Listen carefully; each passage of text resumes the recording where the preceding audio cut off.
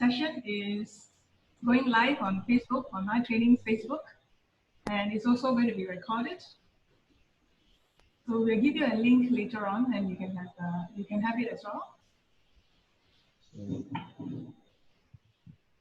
Christian. We are on live on Facebook, yeah. iTraining Experts Facebook.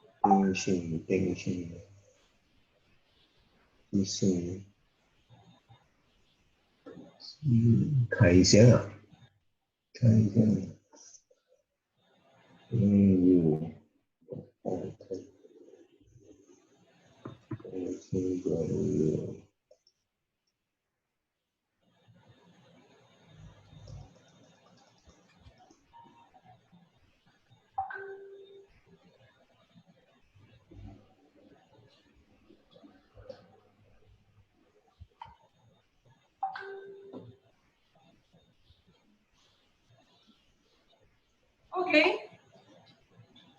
I think what we do is it's like 5 minutes past 11 already. Shall we start? Yeah. Yeah. It'd be good to start with people are admitting in, but since we are all here, 45 of us are here already, so we will start. Wow, 45. Yeah, 2 more people coming in now. So we have sort of like introduction already. So welcome everybody. This is Sue Boy. I'm your host for today. Let's see, I turn it off now. Today we put together a very interesting 1.5 hours webinar with Coach Daniel Wong, entitled Coach Your Team. Yeah? We have been thinking about the programs that will be helpful for people, especially those who are on MCO or having some restricted movement at work, but we still have to work. We still have to control, or we still have to handle the people in our team. So coaching is one of the skills that we always need, especially if you're climbing up the corporate ladder and you have somebody under you, or you need to coach people. So this is a great time to actually interact with Daniel because he has substantial experience as a master trainer of NLP, Neuro Linguistics Programming. If there's anybody who did not study too much, that won't be Daniel, because Daniel goes to overseas or everywhere he can find to upgrade his neuro-linguistic skills all the time. So his masters will be like Dr. William Horton, Deepak Chopra, and Richard Bandler, and big giants like this who know what they're doing in terms of therapy and in terms of psychology and in terms of leadership, in terms of things that are helpful, especially for people who are in the corporate world. So we have been planning this for about 2 weeks, and we have run through it already. And I think we have 3 things that we want to deliver. And Daniel will actually tell you what are the 3 things that you take away when you finish this. This is not serious, not too serious, because we are not even seeing each other as usual. So this is online.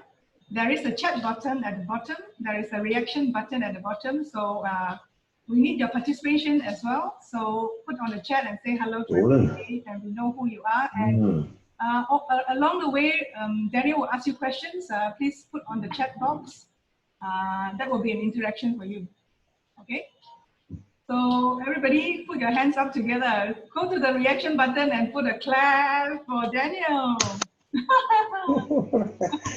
Okay, hi everyone. How are you doing? I can see. Yeah. Can you respond, please? Hi. I can see all your chat coming in. Yeah, so we have like 45 people here, and I can see quite a number of you are my previous students and also coachee. And well, let's say if you do come in for too many of my classes, after some time you don't become a student anymore. You become my follower. Okay, well, so a very good morning to everyone. And so today we're going to have a 1.5 hour solid webinar on superb leadership coaching using NLP. And this you will have some real take homes which you can really use, and not just with your office staff but as well with your home, people at home. Why not, right? You can always use this to lead your children or your spouse or your bosses at home, right? Okay. And so, well, so the idea of this short seminar is to how we can achieve breakthrough in making a difference in our leadership skill, right? So I shall start from here. Yeah, I can see many good mornings. So these are going to be your 3 major take-homes today. And within this 1.5 hours, the first thing is like, have you ever wondered how you can be much more intelligent as a leader? Because now don't we think that we need to be much more intelligent? Yes. Hello, can I see some yeses? I need you to type in some yeses, right? So I can see that you're responding. Yeah, that's better. Yeah, okay, good. The yeses are coming in. Now we need to be much more intelligent as a leader, right? Now I need to see some response. Why? Because then I know that I'm not talking to a wall or something, right?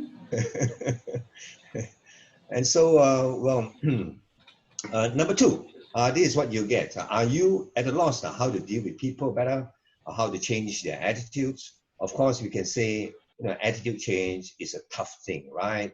And in most cases, it is so, right, for most people. But once you study NLP, it's easy stuff. And that I'm going to give it to you today. And perhaps you can go back and try after this, maybe just after lunch, try it with your children. Maybe you can help them change their attitudes too, right? Okay. And item 3 is like what you're going to take home is, well, let's say, have you ever been in a situation where you're trying to get your staff to work better as a team and they just couldn't or just won't, no matter what you do, right? And so I'm going to give you these 3 home, and that's my promise, right? Okay, good for you? Yes. Everyone, yes. Oh, very good. Yeah, I see all the yeses coming in. Very good. So, I mean, most of you who knows me, but I usually show you this slide. But for those who doesn't, just let me brief you a little. Well, I call myself an international master trainer because I train all over the world. But since the MCO, well, I'm not so international now because we are very restricted. Okay, and so I used to be traveling before the MCO. I was just in Bangkok, and then we travel to Bali, Brunei, and I spend lots of time in Dubai as well to do my classes. And I've been training and coaching and mentoring people since 1997, which is 23 years of good coaching, training, and also therapy people. So for those of you who understand and know me well, I do lots and lots of tough therapy for people. And I'm well trained to do that. Therapy such as depression. Well, if some of you need that, anyone needs depression, needs to handle their depression. Well, or maybe OCDs, or maybe schizophrenia. I do big things like schizophrenia, right? Or fears and phobias, which are some of them. And so, well, so these are the take home, right? So how can you understand people better, firstly? And secondly, how can we elicit people's attitudes and help them change? And thirdly is how can we shift perception? Because shifting perceptions is huge stuff, right? And if you can shift people's perception, their mindsets will change and their attitudes towards you will change, and in the end, behaviors. But then first we must understand that when we are dealing with people, we must understand people much better. And in order to do that, we must be much more emotionally intelligent here as a leader. Yes, you see, emotional intelligence for leaders. So what does it mean? You need some intelligence, you need some emotions, and you add in the intelligence, and there you are. You have this thing called emotional intelligence. But this slide doesn't even half answer your question, what's emotional intelligence? So I'm going to share with you a little bit in detail what this is about. But emotional intelligence is a little bit opposed to what we call the IQ, which is emotion, is the quotient, intelligent quotient, as opposed to emotional quotient on my right here. Can you see? Right? And so intelligent quotient is about left brain, what do you call left brain here, the left brain, and this is the right brain. Can you see my arrow? Yeah. And so now let's say this is the left brain. We call it the logical intelligence, which is the something which we develop very well in school. like in school, it's all about data, facts, analysis, and dexterity, right? Dexterity is how we can juggle data and juggle facts very well. And then the left brain is scientists call it the objective, the conscious mind, objective mind, analytical, linear, rational, or logical mind, right? So the left is extremely logical. And then the right is, as opposed to being logical, it has to do with the emotions, right? So it's lots about moods, romance, music, and emotions. And scientists calls it the objective mind, the subjective mind, the subconscious, creative, intuitive, or emotional mind, right? So that's why emotional intelligence comes from here. And so in most cases, right, when we are dealing with what we call machines, repairs, let's say you are a lawyer, an accountant, or an engineer, you'll be using lots and lots of your left side of your brain, right, at your work. And so now that's very good. Please use your left brain for left brain problems, to solve left brain problems like standards, schedules, machine problems, repairs, preventive maintenance, legal and accounting problems. Use your left brain, please. But when you're dealing with people, no. You got to use your right here, right? Why? Because the right is the one that is the best to handle people well, which is the purpose of this session here, right? To be able to coach and handle people better. And so, but then the problem is like that. Question is, we don't know which of our brains we are using. And that's a big problem because every day we are using our brains. But question is, which are we using, right? And so we might be using the wrong side of the brain for the wrong problems, right? So now, in order to sense a little bit, right, whether we are using the left or the right, I'll be asking you a question. And then I'd like you to sense a little bit and come back to me, give me some response. What do you think, right? Okay. Are we ready? Yeah. Are we ready? Yes. Okay, I got lots of yeses. Now let's say we think about a left brain problem, right? A left brain problem. Okay, I'll ask the question like, think about a problem you have in office that is nothing to do with people. Can you respond to me? Think about a problem. What is that problem that you have that doesn't involve people in the office? Just write down any of your problems, maybe 2 or 3 words or 4 words. A problem that you have in the office that has nothing to do with people. Come, share a bit. Write down anything. I need you to share. Come, write down any problems that you have in office that has nothing to do with people. Okay, give me some answers. Like, for instance, documentation problems. Yeah, we got some now. Network issues. Now generate monthly report. Printer breakdown. Yeah. See, we have this, right? And so when you're doing all this, right? Notice, like, let's say server crashed. Network issues. Systems are not working very well. Now all these are left brain problems, right? And as soon as you mention this, notice, or the aircon breakdown. Yeah, I got it. Yeah. And so as soon as you mention this, notice this makes us fall into our left brain. Why? Because that makes us want to logically analyze, like, what shall we do? Aircon breakdown, what must we do? Server breakdown, who must we call? Printer breakdown, what's the next step, right? Network issues, or maintenance is out, right? What are we to do? Or we don't have information, what must we do now? And so now notice this is a very left brain method. Okay, just sense that a little bit. Sense that a little bit. Now we are using our left brain. We lack information, we can't maintain, or there's a breakdown or server crash. And now I'd like you to move now into your right. So I'm going to ask you a question, and then you're going to answer this question. And you notice that you will start using your right brain, right? Why? Because the left is analytical, the right is emotional. Okay, now let's talk about a problem that you have with someone in your office. Share with me a problem that you have with someone you have with someone in your office. Like, maybe your boss is nasty to you, or the customer shouts at you, or something like that, right? So think about that and give me some responses. Give me some responses. think about a problem that has to do with people in your office. Come on, give me some responses. I need to see some responses. Anyone? Anyone? Come. Maybe Sue, you can type one first so that they can get. Yeah, customer demanding. Yeah, we got one. Right. Late response from staff. Yeah, that one I just got it last night.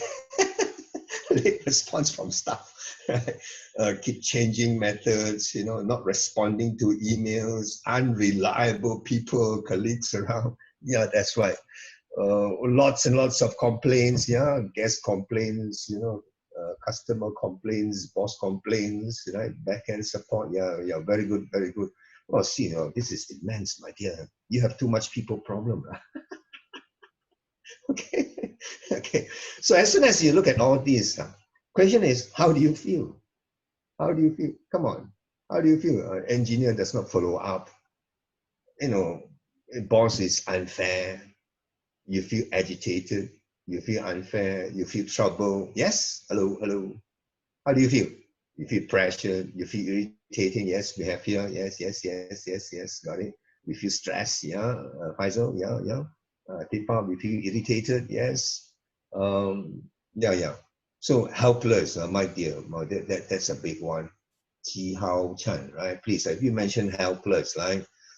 That's the next step to depression. Helpless is the first step into depression, right? Okay. So, demotivated, disengaged. Yeah, very good. And so notice, right, when you talk about people and you're facing problems with them, we move into some emotions which are negative. Yes. Hello. Yes. And so when you do that, notice you start using your right brain, okay? And so this is, in a sense, how you can feel yourself into whether you're using your left or your right. And usually, because NLP, right? L is about linguistics, right? What's the word? Linguistics, right? Linguistics. And so now let's say if it's about linguistics, right? If we start using certain kind of linguistics, we will move to our left.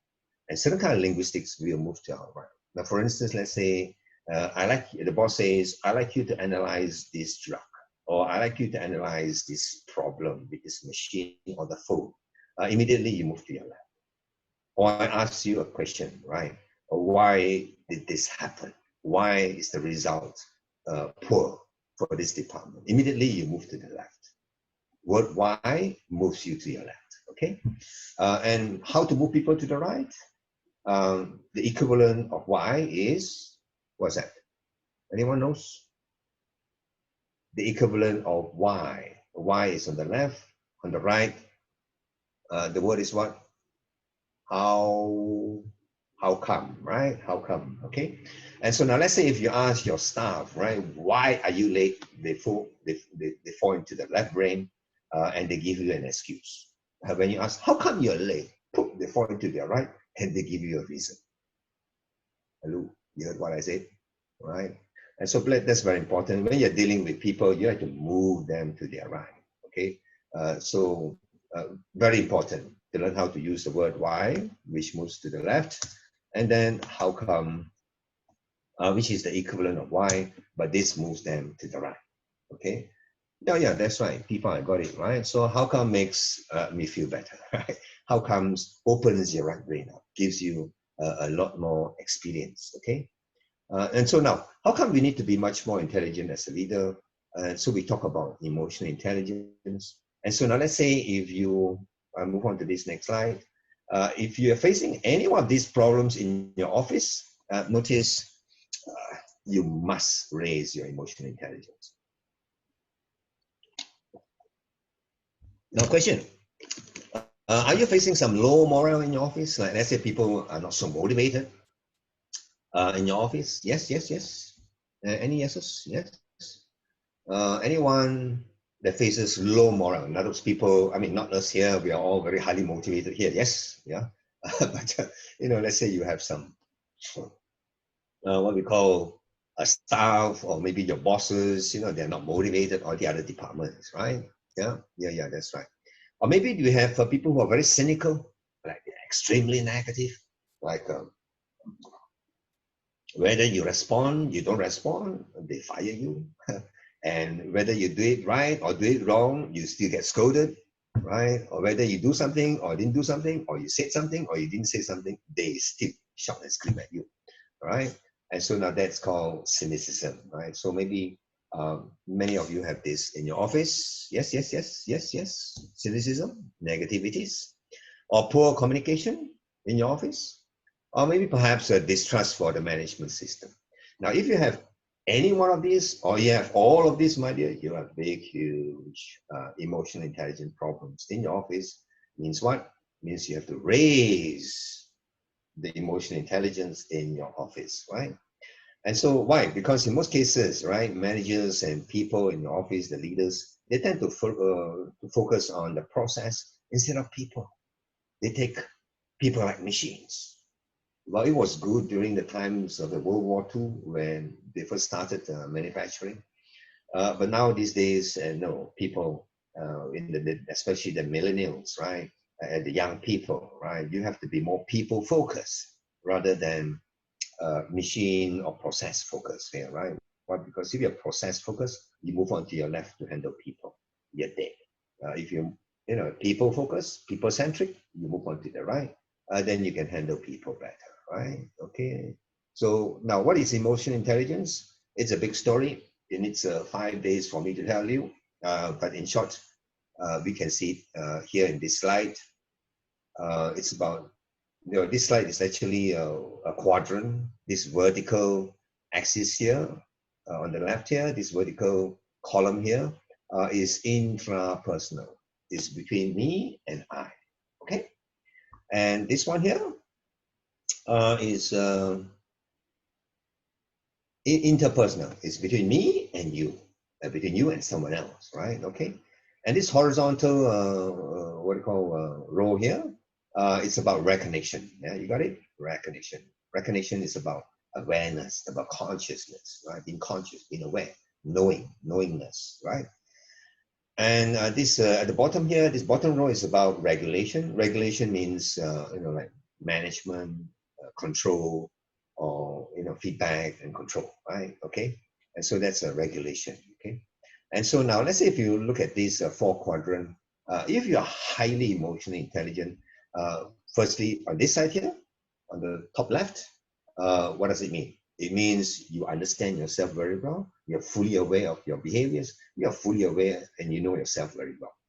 And here on this side, top right, is how we understand people very well. We are very empathetic. We fully know what they're doing and how they're doing, right? What they do. And on the bottom left here, it's about how we're able to handle ourselves better, being able to control our emotions.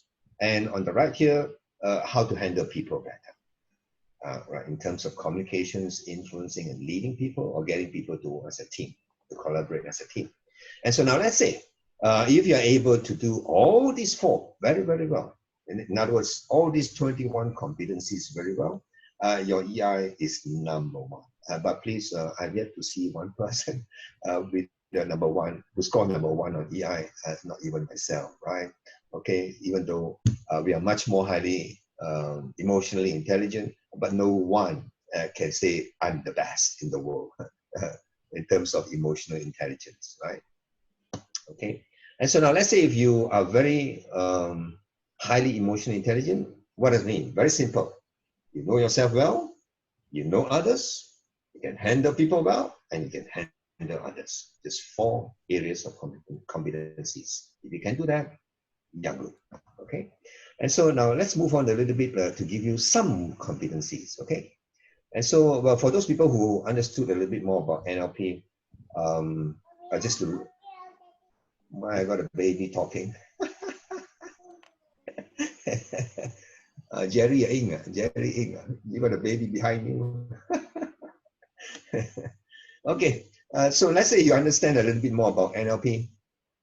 Now, if you can't remember what is it, it's just very simple. Now, Dr. William Walton teaches this NLP, Neuro Linguistic Programming. Just take the brains like a computer, okay?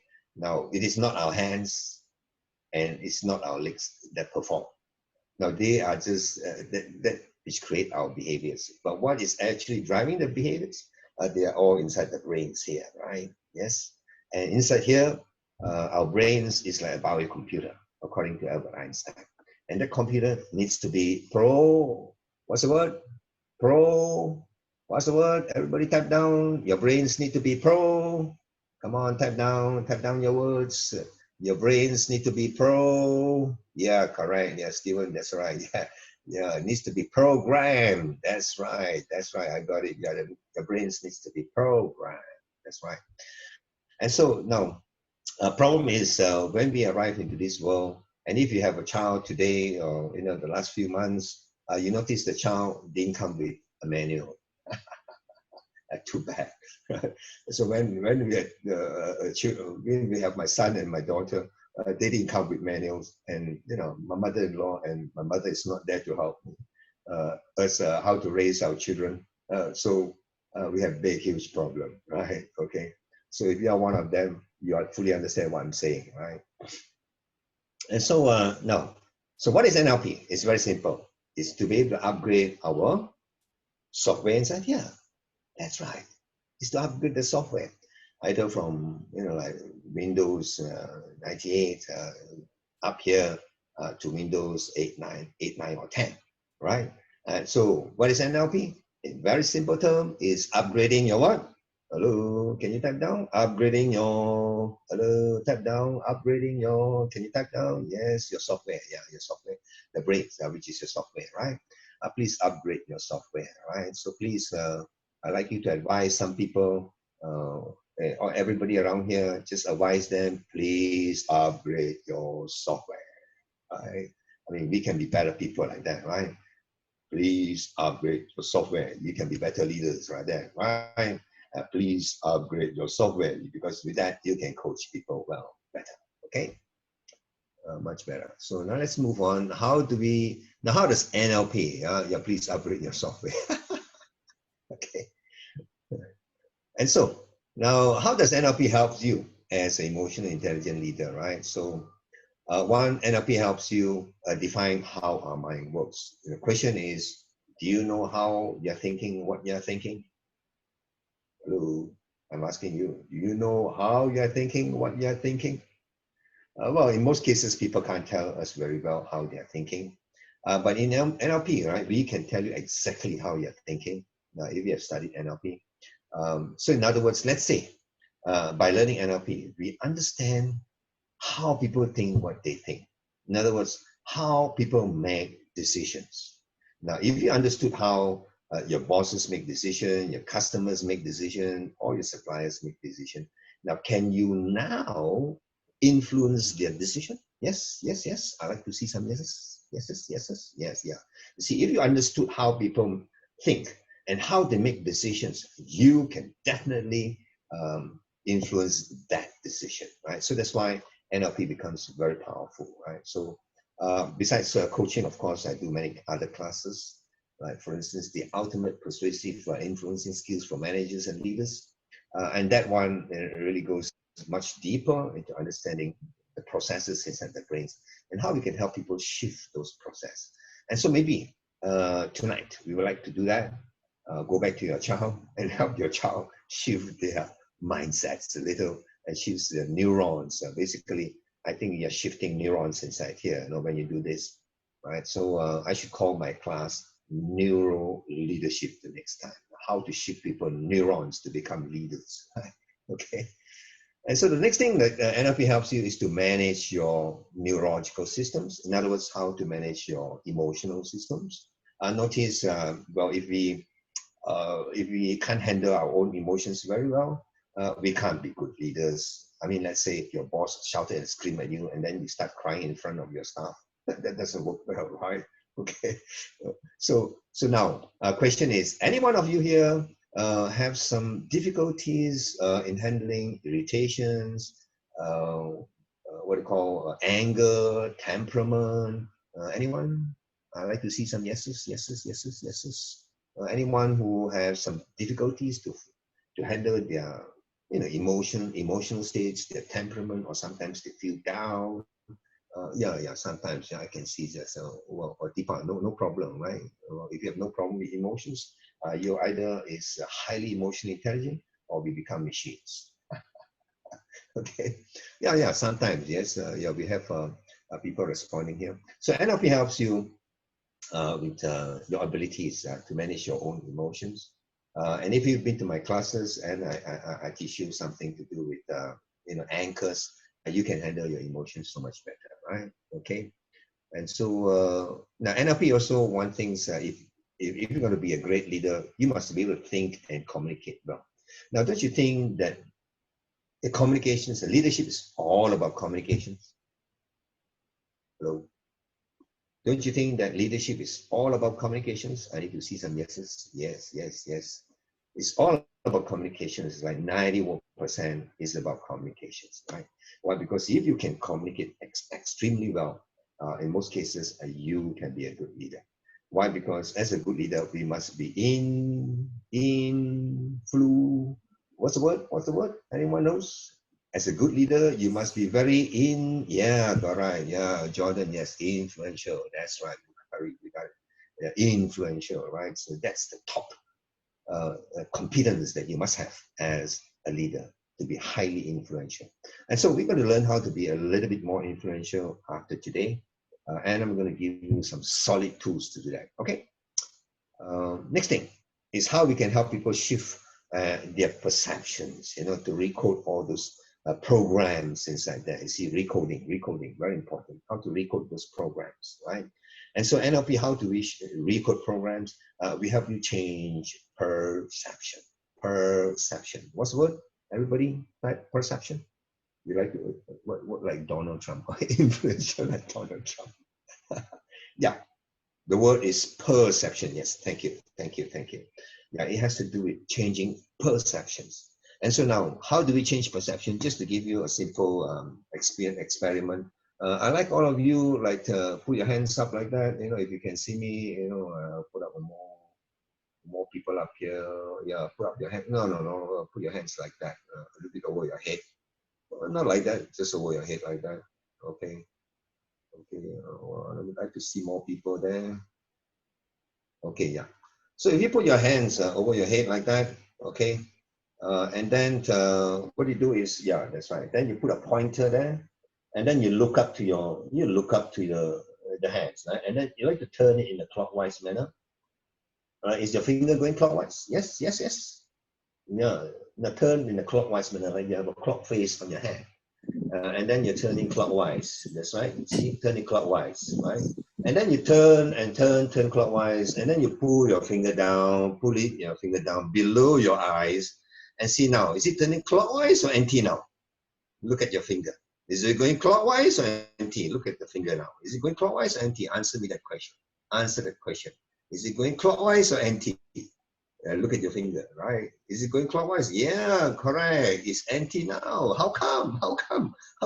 When you're looking up, it's clockwise. When you're looking below you, it's anti. How come? How come it's anti? How? What's the reason? Give me the answer. Come on. Yeah, that's right. Jordan gave a good answer. Different perspectives. Stan says different angle of view. Yeah, one is you're looking from your finger from the bottom, and the other one you're looking at your finger from the top, looking at a different angle of view. Question is, did you change the direction of your finger? Hello, did you change the direction of your finger? No, right? That's right. No, you didn't, right? But then by looking at the view differently, the view changes. Okay, and so now this is a very important science. In NLP, we call this. And how? Because let's say previously, if your boss say no to your proposal, after NLP, it becomes, hello, it becomes. Yes, isn't it? Yeah, right. I see a lot of yeses. Let's say if your child say no to homework, after NLP, after you apply NLP, it becomes yes, that's right. And let's say if your customer says no, I'm not going to buy this, and then after NLP, it becomes yes. You and you, I start laughing away. That's right. And so, okay, let's move like that. So NLP helps you recode experiences and it changes the perception. So we learn how to change people's perception a little this session. And with that, we can get people to work better if their perceptions are being changed. Got it? And so let's move on a little. So let's say we talk about leaders, right? Leaders must have great values, okay? Leaders must have great values. And we always influence people through their values, right? And we always talk about how leadership should have great values, not like Donald Trump. Right? So, I mean, of course, Donald has his value as well for those people who follow him very well or who likes him. But in most cases, we say people like Mahatma Gandhi, people who are very successful like Bill Gates, you know, or maybe like Michelangelo, or maybe, you know, they're all these great leaders in the world. They have very, very strong and powerful values, which they pass on to their people, okay? So now, why is it important? Why is value important? Because we need to study this thing called the human psyche. And so now, what's the human psyche about? The human psyche is very simple. It's about what makes you, you. Okay? And so I'd like you to write that down so you can remember. Can you write down? The human psyche is what makes me, me. Okay? Write down. The human psyche is what makes you, you, and it's what makes me, me. Can you write that down? I'd like all of you to write down what makes me, me. How I become like that. How I act like this. How come I sit like that? How come I'm on this job, right? Is what makes me, me. Can you type down? I'd like you to type down what makes me, me, or what makes you, you. That's the human psyche. If you're talking about you, it's what makes you, you. If we're talking about ourselves, it's what makes me, me. That's right. And so that's easy to understand, right? What makes me, me is because of my human psyche. The human psyche is all the things that's inside your brains. And so now inside your brains, right, we start talking about this very simple metaphor. For instance, we talk about an onion. Now, if you have, you know, peel an onion before, our brains, right, it's like an onion. Now, if I help you solve a mental problem, I must go down that layers of onions. Now, if the problem is not resolved, I have to peel another layer. Now, if that's not resolved too, I have to peel another layer. If it's not resolved, I have to peel another layer until it gets really deep and until that problem disappears. And so if you come and see me, right, people who come and see me for, you know, like schizophrenia. I mean, if you don't know what schizophrenia is, like Tanjung Rambutan cases, maybe people already gone bonkers, they've gone crazy, right? Or maybe like fears and phobias, or maybe OCDs, obsessive compulsive disorder, or depression, okay, or PTS, post-traumatic syndromes. Now, all these, you have to start removing layers. Now, if I can't help you in your PTS, it's just because I haven't removed enough of layers. Now, if I keep going down deep into the layers inside, right, we definitely get to the bottom of the root cause. And so now, on the other side, the word is what? The be, when a person notices us on the outside, it's our our behavior, right? And so that's right. So on the outside is our behavior, but behind that, the behavior is our attitudes, then our beliefs. Of course, there are many other things behind, which is this slide is not showing.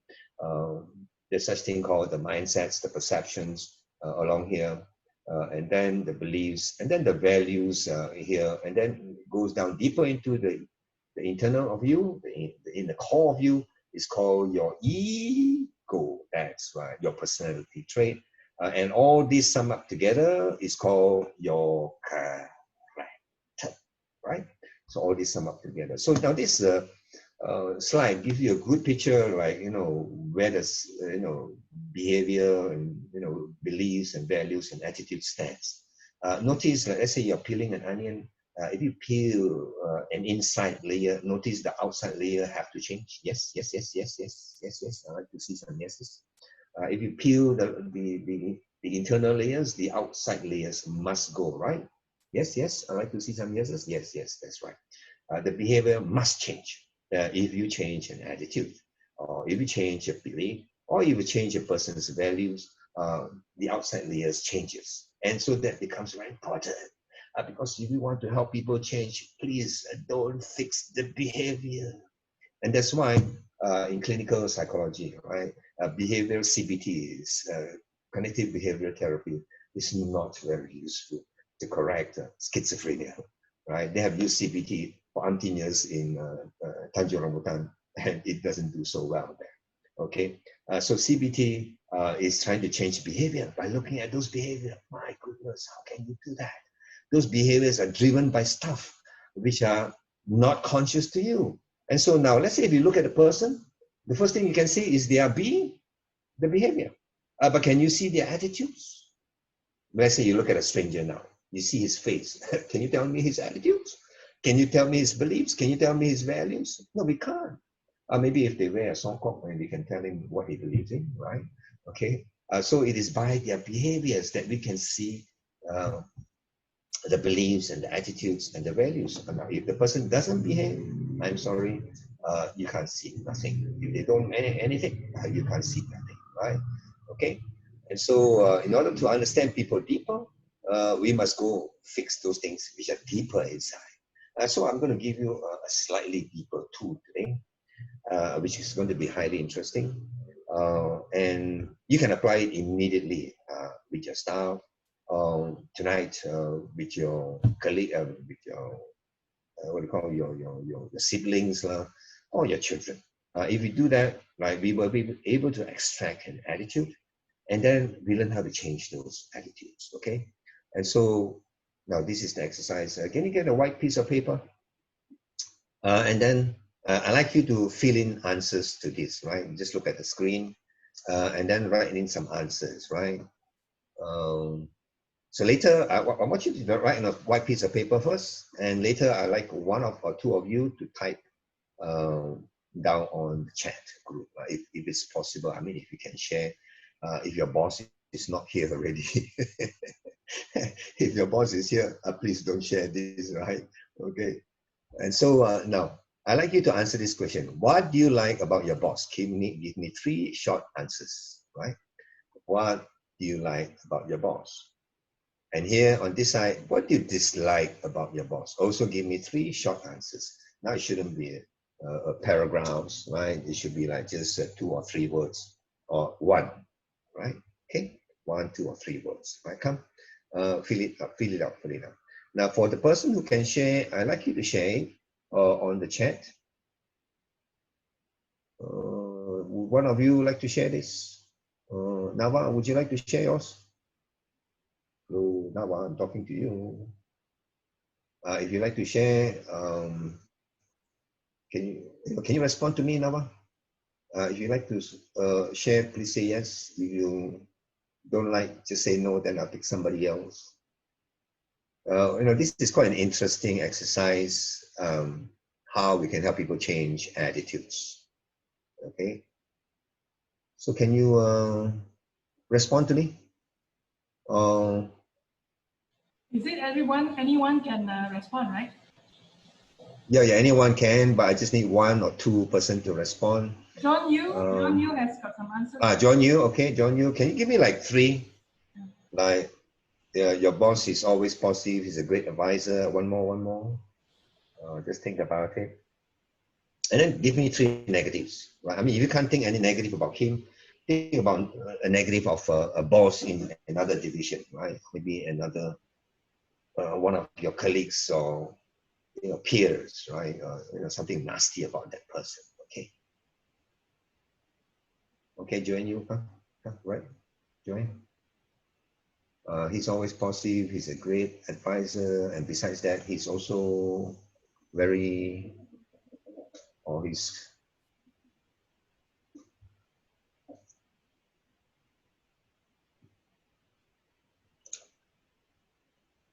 Joanne, are you still there? Oh, okay, Lai has this one. Integrity. Yeah, okay, Lai has this one, okay. So have all of you done the exercise? So have all of you done the exercise? Yes. Okay. Yeah.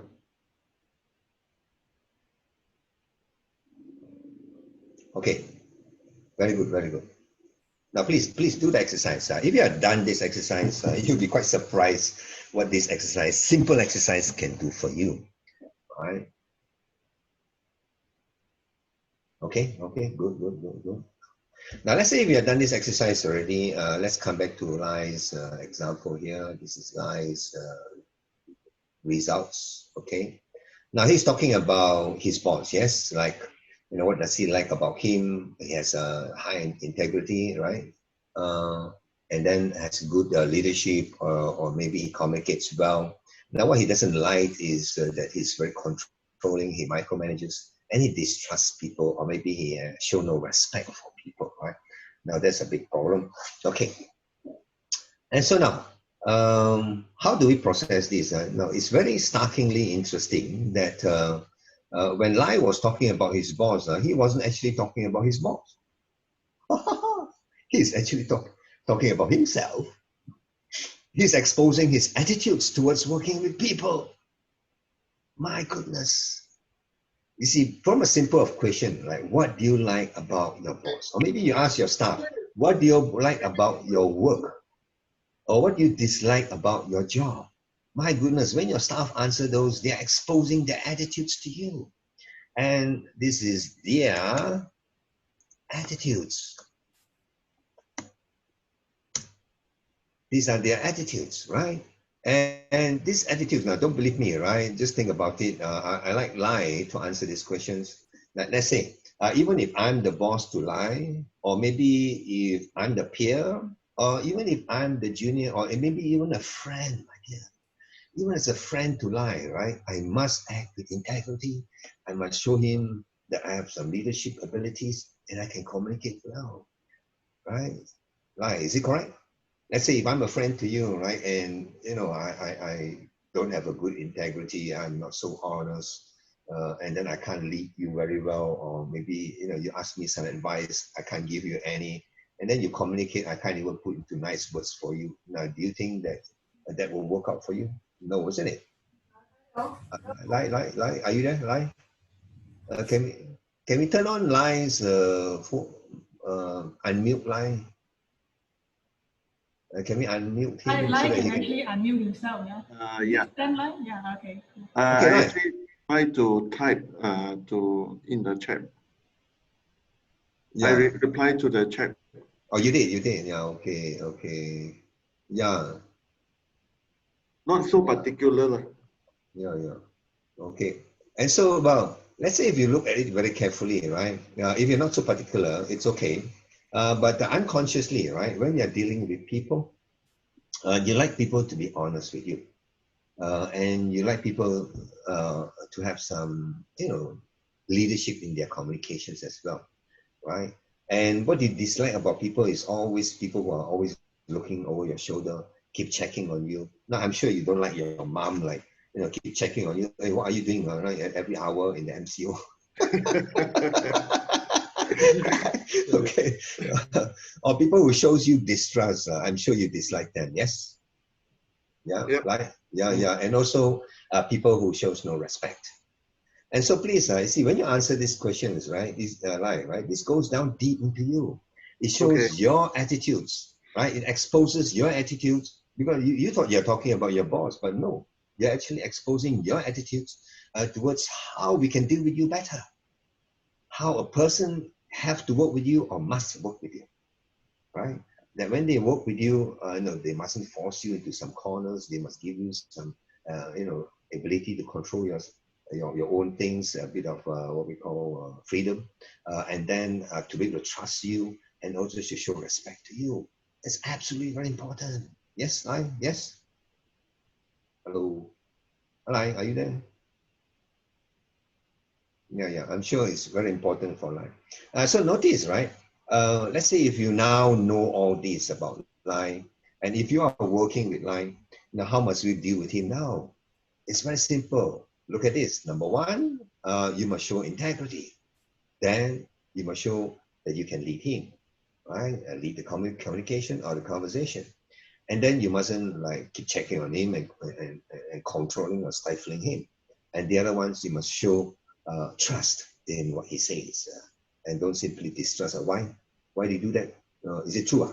We can't always keep pressuring him like that. That will make him, totally have a negative attitude towards you, right? And to show respect to him as well.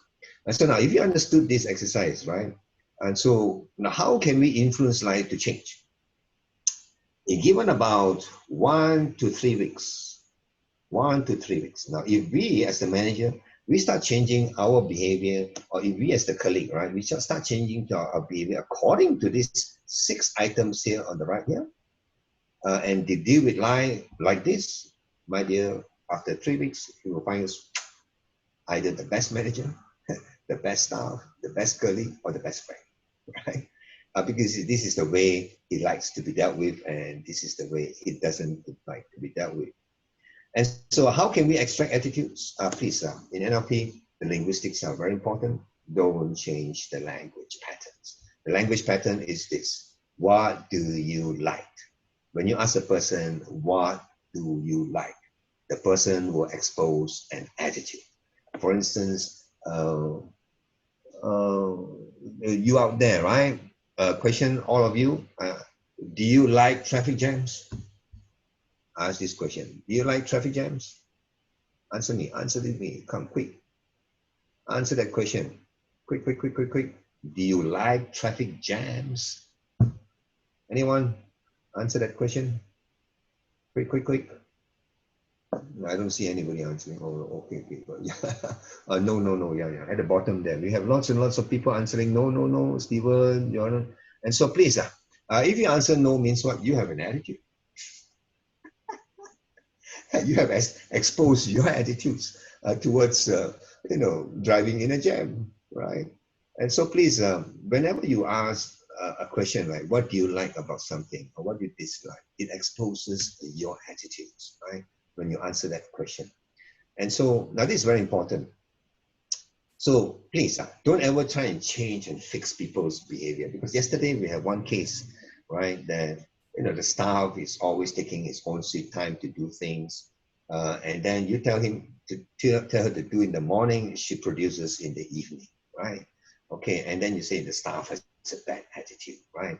And then what do you do? We try and fix her consciously. We say, hey, please, don't ever do this, right? I must have it. You must give it to me by the morning. And we keep pressuring people, right? And please, now, that is not a good way to deal with people. That's not using your emotional intelligence. That's talking about processes. You're taking your staff like a machine. Now, how to get people to change, right? Now, how do you get people to change? The only way, or maybe the best way to get people to change is by induction. Everyone type down induction, induction. I like to see some words. Induction, I like you to see some words. Induction. What's the word? Induction. Yeah, that's right. Okay, no, that's the way. If you want your child to change, if you want your wife to change, if you want your staff to change, if you want your bosses to change, always use an inductive process. Okay. And so now this picture here is a very simple inductive process. Well, if you have studied this in school, Form 5 physics, or maybe Form 3 now, if you have a coil here, and it has connected into a circuit, connected with a meter, and with a current meter, and then let's say if we use a magnet, and then we sweep on one side here, we sweep on one side, and we sweep on one side next to the coil. And then what will we show? What will the meter show? Hello, anyone give me an answer? What would the meter show? If you sweep on the coil here, what will the meter show? Anyone answer the question? Okay, it's your Form 5 science. Okay, frequency. An increase, yeah, Bukhari, yes, yes, an increase in the current, right? Or the voltage, right? An increase, right? Or the meter reads, have a reading, right? And so how come? Because we call this the induced current. Why? Because if we wave a magnet on this side, on just a dead coil, just coil is not moving, but you move the magnet on the coil, and on the other side of the circuit, you get an induced current, right? What's the word? Induced current, everybody, right? Induced current. Right.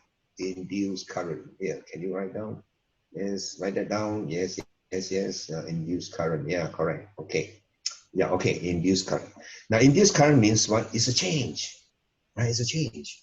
So what does it mean, right? Let's say if I show you on a whiteboard here, and let's say if you do something like that, right? We call it, now this one, okay? Let's say we do something here, right? And this, we call it an action. What's the word? Action, right? And we take an action here, and this is like moving the magnet as a leader, and this will cause this person here to react. Okay. Now, induction is you wave a magnet on this side, some actions, and here we cause an induced current, right? And so that's the best way to help people change. Here, you take some actions, and then on the other side, the person's something will be induced into that person. Some psychology is inside that person will be induced, and he will start reacting to it. And so now we call this process induction, right? Induction, right? So now the best way to help people change is by induction, right? And can you type down, everyone? Induction, right? Induction means you do something here, and so that that person on the other side can change, okay? And so in simple terms, in leadership, right, we call this what? Lead by, what's the word? Everyone say, lead by, type it down, lead by, yes, a great leader, you must, yeah, correct, Bukhari, that's right, lead by example, Selena, yeah, that's right, I've got Jenny, right, lead by example, right, lead by example, that's right. As a leader, you must lead by example. Why? Because if you did some actions on this side, something will be induced in the brains of the other person, right? And how we stop people from Malacca, we do that too. How we get people out from schizo, I also do that, right? I do something inside your unconscious, and I spin something inside your neurons, and your neurons here will start changing, right? It's an inductive process that will help a person change, guaranteed, right? Please, I'm very well trained. If you have a depression or PTS or what we call schizo, please come and see me. A schizo means like, if the night, let's say, if you hear some voices when you're sleeping. Any one of you hear some voices when you're sleeping? No? Yes? Yes? Anyone say yes? Well, if any one of you say yes, please, I'll leave you my number. And please do call me. If you hear some voices, or maybe you see some, as I'm talking to you, you see some pictures, maybe you can see some lights, and the lights tells you some stories, right? And so let's say if you do that, you're a likely candidate for having a schizo, right? Or maybe you can like feel stuff that other people can't feel, right? Maybe some of you have that before when you're walking, especially now during the MCO. Have you ever walked out the streets? Because it's quite dangerous, right? Lots of people don't have food to eat, not earning enough of money. And so if you walk up the streets, do you can you feel like somebody is like following you? Anyone? If you can feel those things, right? Please, now maybe, your senses are a bit strong, right? That you're no.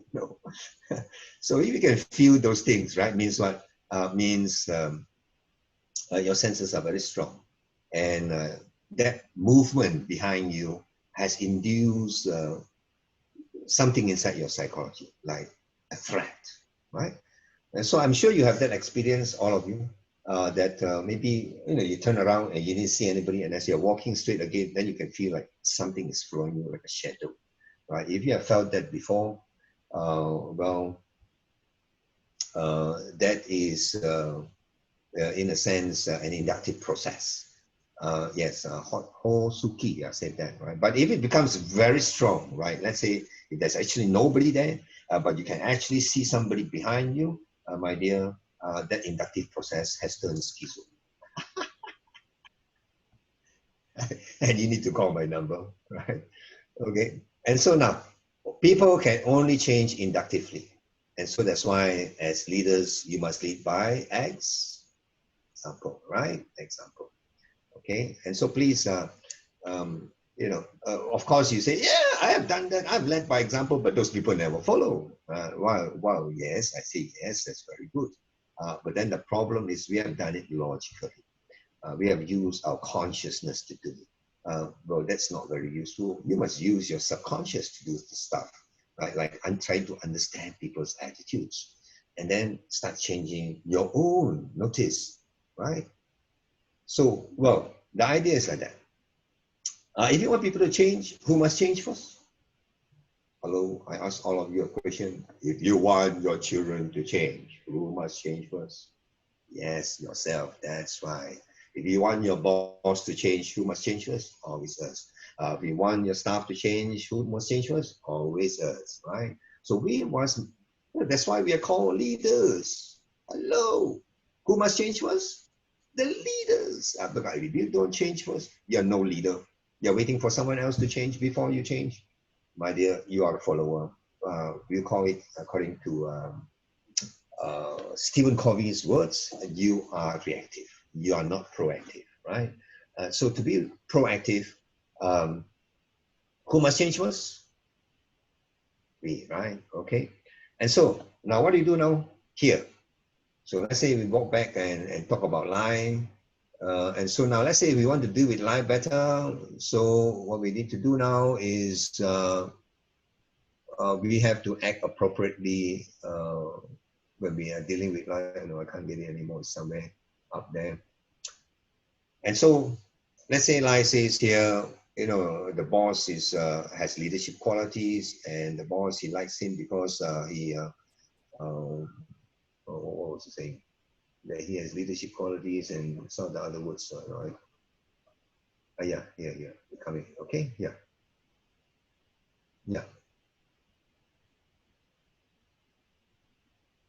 Or maybe he has a good listener. Like Shin said that, right? Like the boss, why? You know, he's like a good listener.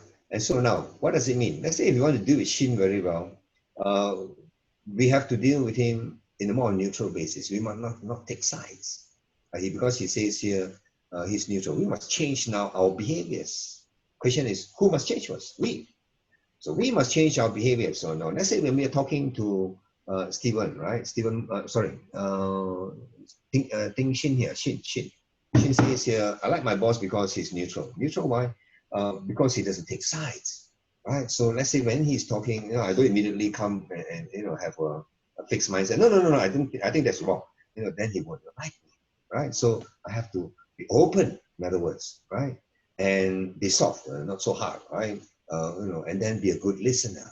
And then if I change my attitudes toward him, and he will let me better as a leader, as a boss. And then let's say, now please, down here we have this thing called cognitive dissonance here. Why? Because he says he likes his boss because he's soft, and he dislikes his boss because he's too soft.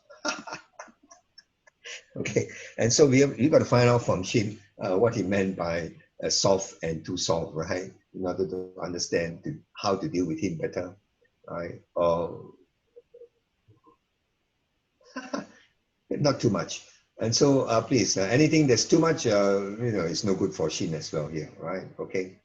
And so the first thing is this: once you understand people's attitudes, in order for us to change their attitudes, we must be the maniac here, to start moving first, changing those behaviors. So now we must be accurate in doing that. We must understand the person's attitudes, and then we change our behaviors according to those attitudes. Voila, that person will change, guaranteed. In 1 to 3 weeks, their attitudes towards us will change. Now, it doesn't change in a day or in a single minute. Like you say, oh, my staff, you know, he doesn't, you know, like do things quickly. When I tell him in the morning, he responds in the evening. No matter what I say, he doesn't do that. So what do you do? Now, if the staffs feel very good with you, have a very positive attitude towards you, and you tell your staff, please, this is required first thing in the morning, right? In another hour's time. Is it possible you get it done within an hour? In most cases, your staff will say, okay, I'll get it done. Because his attitude towards is positive. If it's negative, he'll give you in the evening. right? Is that true? Yes? Hello? Is that true? Yeah, okay. Let's close this. Yeah. How do I get back here? Oh, yeah, that's right. Okay. And so now I'm going to give you another, I just have a couple of minutes to give you another tool. We call it the a perception tool, right? Just now it was the attitude tool, and this one is the perception tool. Now, if you help people change the perception, their attitudes will change as well, because these are the outer layers. And then the outermost layer is the behavior. And so if you help people change the perception, their behavior must change, the behavior, okay? And so how can we change a person's attitude, right? But perception, sorry. We must change what they visualize. What they visualize is ultimately very, very important. You see, if your staff can see that you are very helpful, they can see your staff, if your staff can see that you are for them, that your actions, your words that you take, the things that you do are in for them. In other words, you're on their side. They will take you as a good leader. And so then you can scold them and they will listen to you. But if they think that whatever you do and say is against their side, is not for them, like you're asking them to do this by the end of today, but to them, they feel that this thing doesn't benefit them at all. They're not going to do it at all, right? And so the important thing is that your staff must view you as the boss, like you are for them, that you are on their side, that you are, whatever you say and do are supporting them. Like, let's say a customer comes and shouts and screams. You don't tell the customer, I'm sorry, it's not my problem, it's Tipa's problem, right? You go and point to Tipa or Nava, he's the one doing it, right? I'm not the one, and you are their manager. Please, if you ever do that, they will see you in a bad light. They see you having as a bad boss. And then when you start asking them to do things, very likely you can't do that. So, well, I have what we call a coach of my own, because I've been teaching leadership skills for more than 20 years. I have my own coach. One of my coaches says, your ability to lead others is only limited in how far you can see them differently. Now, of course, you say, this is nothing, but please, this is everything as a leader. Because why? Your ability to lead others is only limited in how far you can see your people differently. Because if you can't see your people any differently, you can lead them anywhere better. Right? Oh my, you can't see the slides. What happened? Stop sharing. You can't see the slides, huh? So let me share the slides again. Okay, can you see it, Asu? The slides. Share. Yeah, okay, yeah. So this is my code here.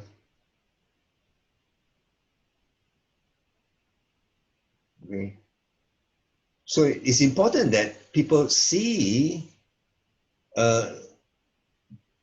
It's important that you see your people differently. Now, what do you mean? What does it mean? If you see your people as what we call lazy, unproductive, and MC culture, you keep seeing your people like that, my dear, you cannot beat them anywhere better, because who must change first? You, yes. So if you're going to change first, what must you do? You must see them in a different light, because if you did that, they will change. There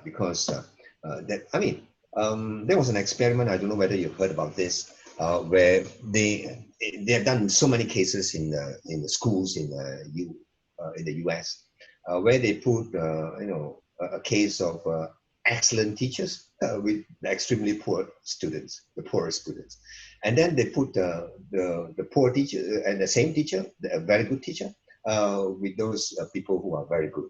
Okay.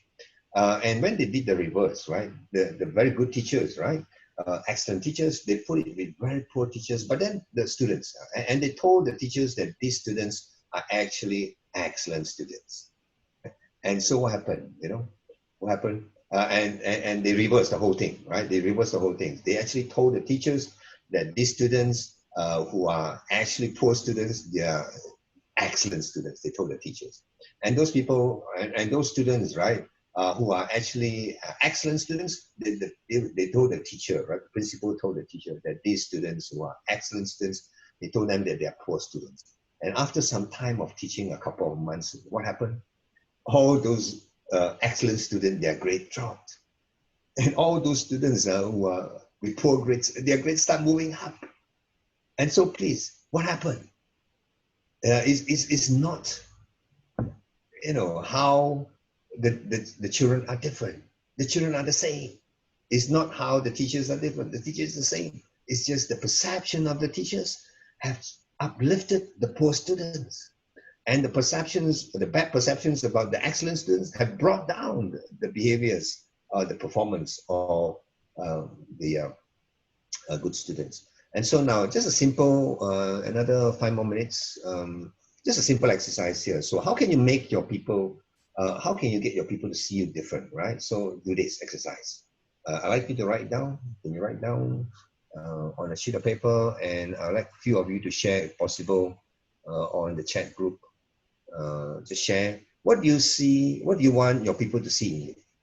Like, you want them to see that you are a very responsible leader, number one. Number two, you want them to see that you are, you know, like highly innovative and creative, maybe. You want them to see that you are in for them, right? You're always on their side.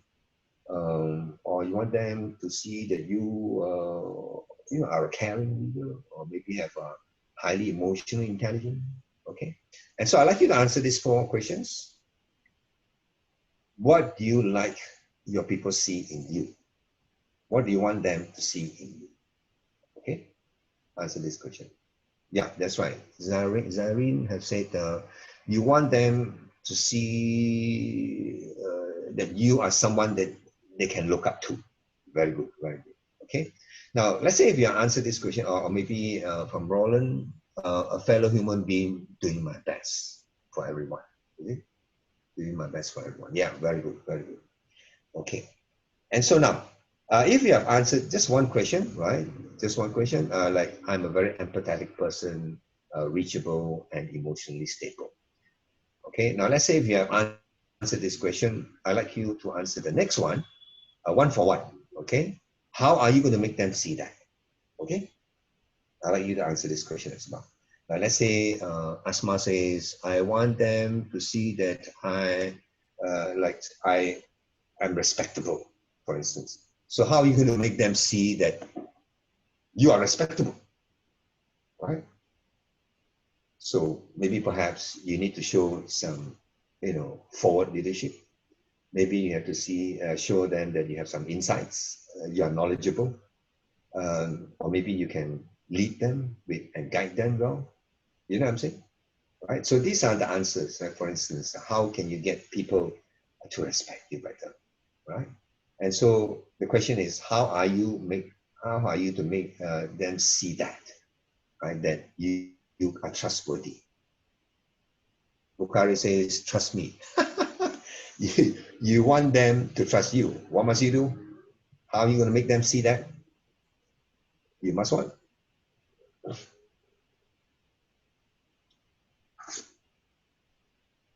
Answer this question. How are you going to make them see what you have just written? Yeah, that's right. Muhammad Faisal have written, lead by example. That's right. Yeah, Roland, yes, share the good and bad times together, right? MCO. Right? Okay. And Kai Xiang have mentioned passion, right? Bukhari, be a good listener. Yeah, of course. You see, that's right. See, be a role model. And so please, what you have written down here, they are all values. What's the word? Values. Passion is a value. Togetherness is a value. Role model is a value, right?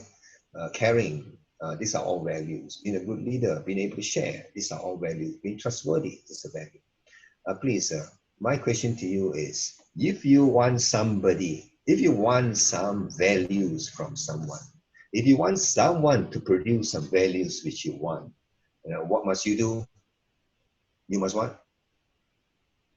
If you want a value from your staff, like let's say honesty or respect, you want respect from your staff, what must we do? Yes, Alicia said it correct. Give Alicia a good hand, everybody. Can you give him a good hand? Like, like this thing, what the reaction? Yeah, that's right. Yeah, the reaction, like the good or the, the clapping. Yeah, give Alicia a good hand. Yeah, that's right. Yeah, okay. Don't be selfish. Yeah, that's right.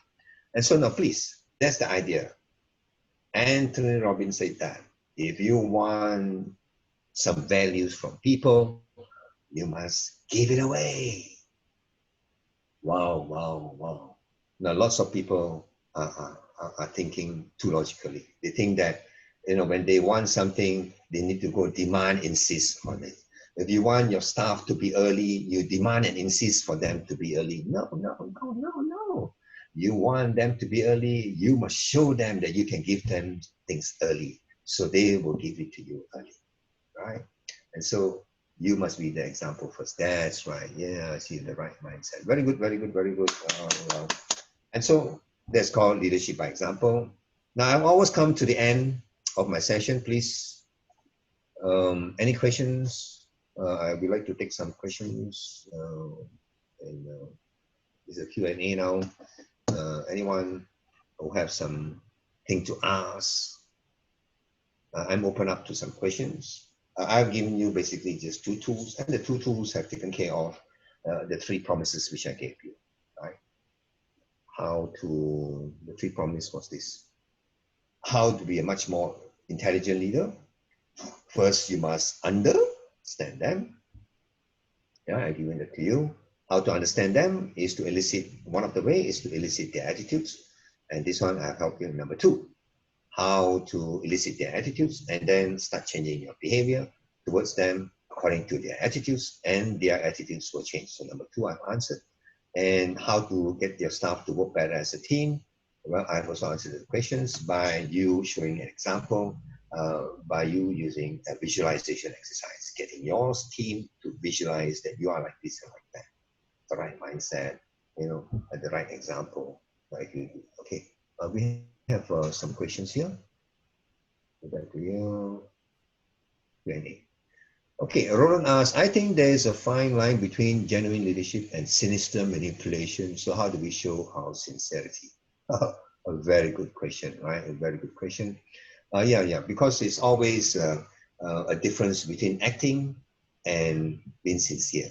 And so, well, the fine line, I think all of you can answer this question, because this answer, right, to this question, I think all of us have a ready answer inside us. There's always a line drawn between how we act and, whether we call it action or whether we call it being genuine, right? The differentiates. Yeah, we have this. Differentiate a leader and how it differentiates. No, that's another question. Okay. Okay, let's deal with this, Roland, first, right? Whether an action that you take is genuine or sinister, basically. Okay. And so, well, in other words, we have to show sincerity, isn't it? So what is sincerity? Can someone give a good answer to this? What is sincere?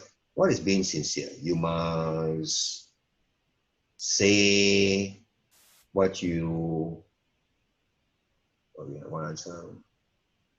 Yeah, it must come from the heart. In other words, means what? You must say what you mean and mean what you say. Now, basically, let's say if we go by a good book says, you know a fruits by the tree. You know a tree by the fruits it bears. What does it mean? It means that the person has to show, right? Okay. And so if you are showing truthfully to mean what you say and say what you mean, if you can see that in your boss, that he means what he says and he says what he means, your boss is sincere. Yes. Yeah. And so I think I've answered that question. The difference between genuine and sinister, right? Well, to differentiate between a leader and manager, well, actually, I have a course for this, right? A leader is always looking, in short, a leader is always for Shin, right? A leader is one who always looking at the top line, And the manager is always the one who looking at the bottom line, right? I mean, Stephen Covey answered this very well. He says a leader is one, a manager is one who can climb up the the ladder very well. You know, he answered it metaphorically, right? Stephen Covey. He says a manager is one who can climb up the ladder very well. You know, you're very good with the steps, so you can climb up the ladder very well and reach the top, right? And then when you reach the top already, my goodness, you know, it's the wrong place. You know, you didn't get your goals. Please, you didn't lead very well. So in order to be a good leader, what must you do? You must put the ladder on the right wall. Okay, don't put it on the wrong wall, right? So you may be able to climb up the ladder very well. If you climb up the ladder very well, you are a good manager. But if you put the ladder on the right wall, you are a good leader. Okay, that's a very simplistic way of us answering this question. So, Shin, did I answer your question? Right. And so, I mean, if you want more details, of course, you know what to do. I have classes for this, right? How to keep asthma, right? How to keep and behave in the best side for every time. Oh yeah, this is a tough thing. You know, we are not machines. We can't keep behaving correctly or righteously in front of everyone all the time. Why? Because some people are unconscious about even their behaviors. Like, you know, let's say when they're talking to people, they're rubbing their noses or they're scratching their butts, right? How to keep and behave in the best side for every time. And so please, we have to do some subconscious programming, yeah? How to reprogram the unconscious so that we don't unconsciously leak out those bad behaviors, right? And so that's my answer to this. So how to do that is you're going to come in for class. We're going to help you reprogram your subconscious mind here that controls your behavior. And that will help you behave the best always. Why? Because lots of people, they're not behaving their best. And why? Because they're unconscious about it, right? So the answer is to be much more conscious, to raise your consciousness about your behavior, and then to keep those negative behavior at bay.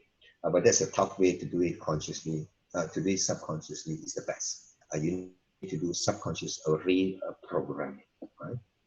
Asthma, right? This was the 3 questions. Yeah, what you say, what you mean, and mean what you say. Now, as a leader, Gene, right? Gene 1. As a leader, we need to have a good and bad side. So how are we going to balance, right? Okay, well, how are we going to balance a good and bad side? All of us have goods and bad sides, right? In other words, but then you have a leader, you know instinctively that you must always show your better side, right? Because let's say if you're a salesperson or you're an influencer, you can't sell your negatives. You must always sell our positive, right? And so everybody, even me as well, included, right? Even Sue, all of us, we have our positives and we have our negatives. But the important thing is to, we will say, shine to the world. In other words, expose only our good side to the world. And if you continue doing that and make that a habit, my dear, our behaviors towards others will be much better. And please, you just have to shine as a leader, right? Shine your good side. And so, you know, the bad side, well, don't try to balance the bad, right? Just leave it behind, okay? Okay, right? So this, you can always do subconscious reprogramming to program all the good stuff into you so that unconsciously when you're dealing with people, you're always putting on your best, okay? So that's my answer to you, Gene 1. You must reprogram your unconscious to put in the best because inside your brains, all the negatives are being programmed, reprogramming unconsciously, right? Okay.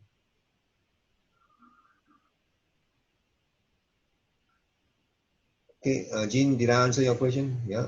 Okay. So you have to do some reprogramming so that you program all the best things. But I mean, if you want to do it consciously, it's like you have to raise your consciousness and to be sure that you're not scratching your nose. Or, you know, in US or in European countries, you're not supposed to touch your nose like that. Okay, when you're talking to people, if you touch your nose like that, they'll take you as being insincere. Now you might not know about that. But then if you knew how to deal with foreigners very well, we'll be cautious about this kind of behaviors. And even though it's damn bloody itchy, maybe you should take out some tissue paper and wipe rather than, you know, use your finger. Right? And so those, you have to raise your consciousness and change it consciously, which is a tough thing. The best way is to do it subconsciously. Okay. And so looks like yeah, I've answered most of your question. Shining, Tipa is shining as you are a coach relative to you. Okay, Alicia, the person. This person is not a boss. You have a question, Alicia. This person is not a boss, but we need to. Sue, how much time do we have left? No more time. Okay. We have another additional 10 minutes because we started slightly later. Oh, okay, okay. I'll give Alicia 1 minute. Okay, this person is not a boss, but we need to deal with him, who is very negative, always, only focus on weakness and change and even change the positive one's outputs to negative. Yeah, this is a very troublesome person, right? I can see that. Why? Because he's not helping. Even people who are positive is being, in your department is being negative. Question is how to improve the situation. Well, when you want to help people change, right? If you notice the inductive process here, and also that thing I drew here, right? How to help people change is always by induction. And we have also this thing called a tipping point. In other words, I don't know whether you have read the book called The Tipping Point, right, by Malcolm Gladwell. And indeed, in sciences, right, we have this thing called a threshold, right? Well, let's say I do like that. Whiteboard, okay, clear this stuff. Okay, now a threshold. A threshold means what? Like, let's say this is a chart, and let's say this is change, and this is time, right? Okay. Now people usually don't change like that, you know. They don't. People change like that. Boom. Now there is a threshold here, a threshold. Okay, a threshold. You get what I'm saying? And so now you have to get enough of people to act positive around this fellow, right? And so because we have to lead by example, yes? So we must show positive example to this guy.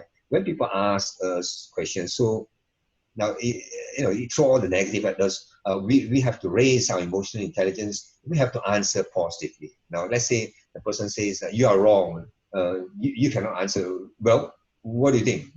Then you think you're right, you know? And so if you do that, right, you're fighting that person. The person becomes even more negative. So why? Because they throw negative, but you can't throw negative. Right?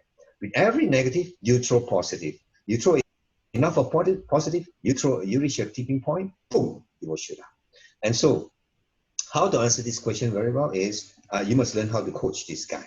In other words, learn coaching techniques, learn coaching questions. Okay, I'll give you some examples. Like for instance, let's say this person throws something very negative at you. I think you are wrong. Okay, yes, perhaps it's wrong. So then how do you think is the right way? So now that flips back the questions the other side. We call that pace and lead in NLP, right? And so if you come in for more classes, I'll teach you this type of pace and lead. And you throw back the questions back to them, but you must always use their words, use their words, use their words. That creates connection between you and them. If you just challenge them, like say, well, you're wrong. You think, you know, you say I'm wrong, do you think you're right? You know, if you challenge them like that, will raise their ego and that will start breaking and making them even more negative. So you want to turn a negative person into positive, always use coaching questions. Like, how come? Now, if you knew how, you know, why do you think it's like that? How could it be other ways, right? If you think you can't fail, what do you think you would do? Now, if you know some other means and methods, what would that be? So these are called coaching questions. These will switch on the right brain and turn away the negative which is on the left. Is it okay, Alicia? Have I answered your question?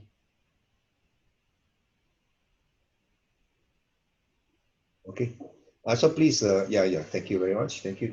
Yeah, please, just ask more coaching questions, right? Like, you know, how do you think we can do it better? You say it's wrong, okay. You say I'm wrong, okay. So now how do you think we can get it right? Okay, which is the best way? And then why do you think yours is the best way? Then you go keep digging, right? In other words, the person will start changing, right? Start switching the perceptions, okay? So ask questions, ask changes people. I'm sorry, doesn't work. Dr. William Horner said that. He says, if you tell, you're giving advices. Giving advice is very poor. Nobody needs any advices. They're the cheapest of commodities, right? So please ask more questions that will help people change. Okay. And so, Sue, I think we have come to the end of my session. So how do we proceed from here? Sue, would you like to elaborate a bit further? Yeah, thank you so much for everybody for your questions. I think if you find this course valuable, say, give a thumbs up or say thumbs up, something to yeah. Daniel. Yeah. If you have any more questions, you can drop us an email. We can help you answer. And if there's any feedback, we will be very grateful as well if you can give us some feedback on whether or not this session is useful and what kind of topics will interest you later on, if we happen to have other topics to be on as well.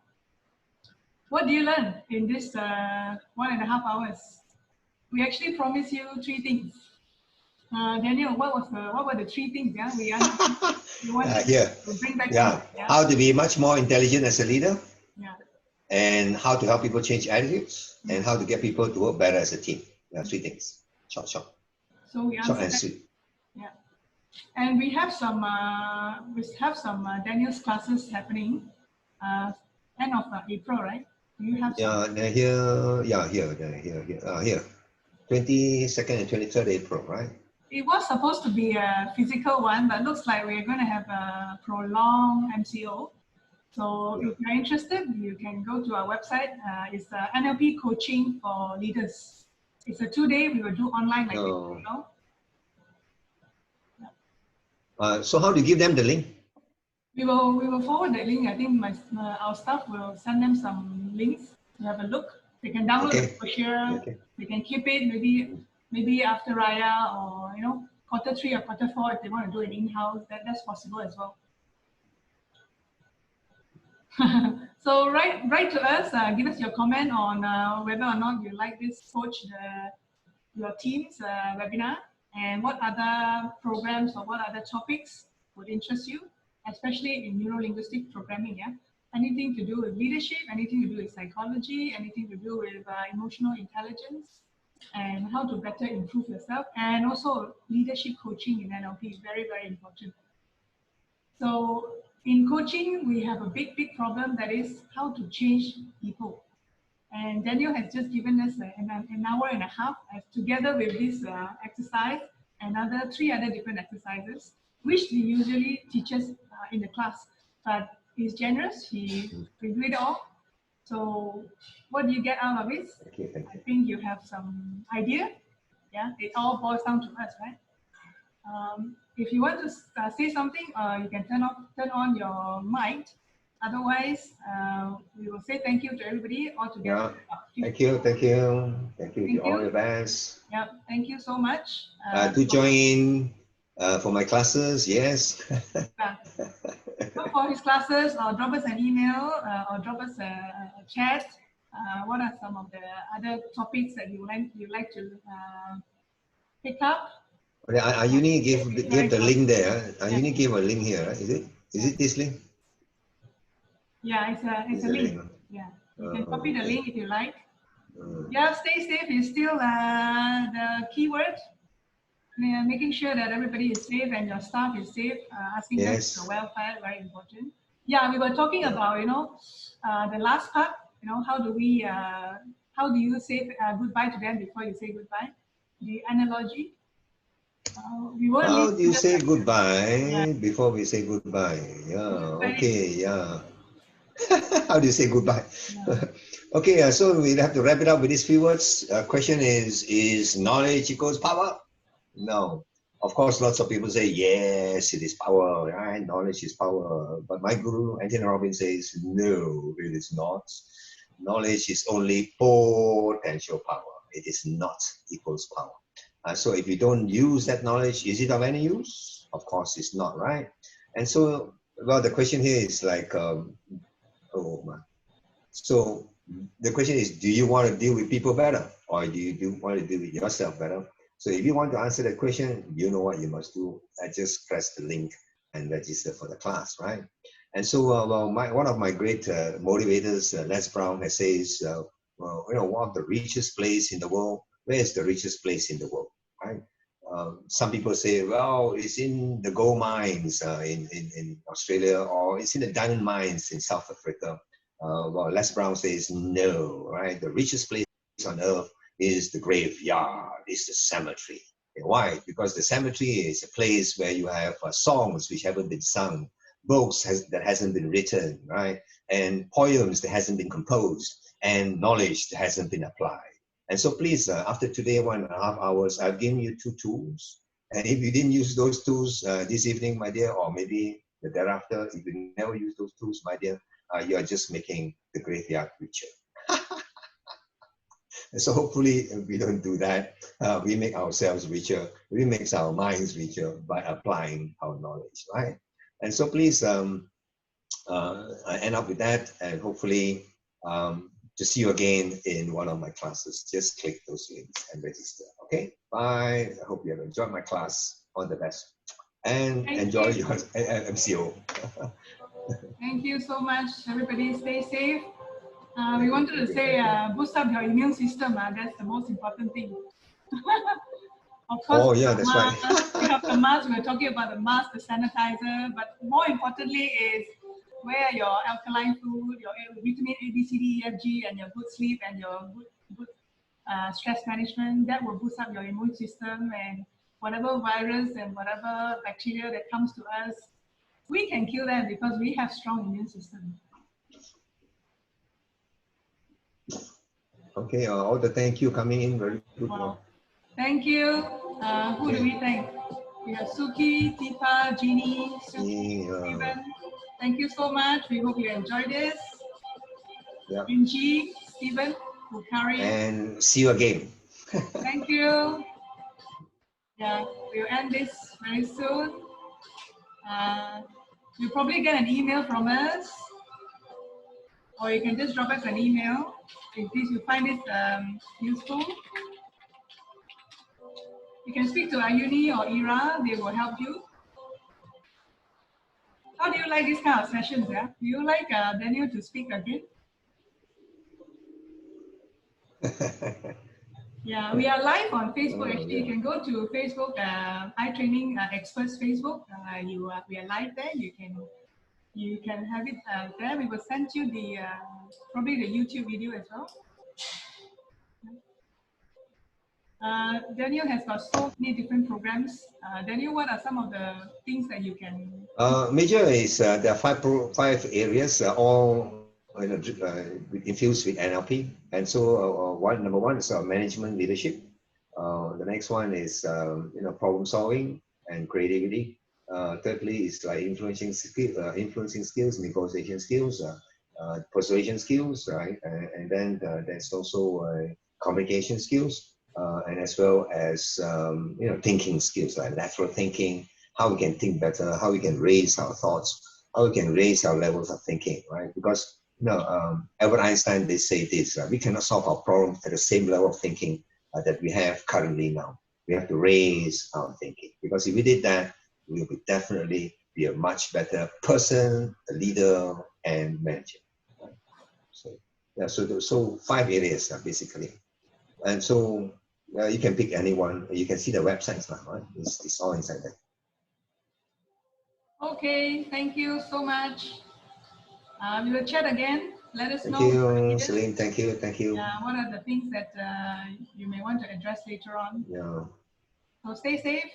Thanks. Yeah, stay safe. Yeah. Okay. Goodbye. Bye. We'll see you again. Yeah, on Monday we have another 2 sessions on cash flow, and how do you get more cash flow on in business?